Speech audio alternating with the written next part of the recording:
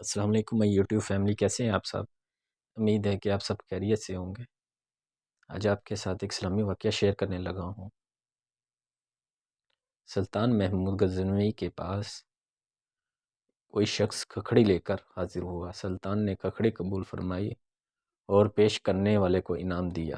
پھر اپنے ہاتھ سے کھکھڑی کی ایک پھانک کاٹ کر ایاز کو عطا فرمائی۔ ایاز مزے لے کر وہ تمام پھانک کھا گیا۔ پھر سلطان نے دوسری پھانک کاٹی اور خود کھانے لگا۔ وہ اتنی کڑوی تھی کہ زبان پر رکھنا مشکل تھا۔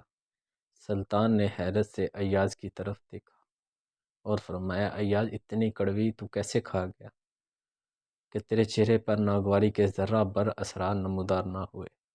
ایاز نے فرمایا، حضور کھکھڑی واقعی بہت کڑوی تھی۔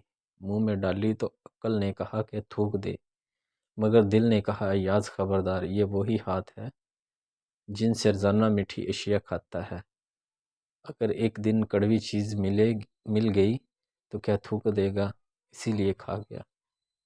یہی مسلمانوں کی شان ہونی چاہیے کہ جس اللہ نے انسان پر لاتعداد احسانات فرمائے، اگر کبھی اس کی طرف سے کوئی مصیبت آ جائے تو اسے خندہ پیشانی سے قبول کر لے۔ والسلام۔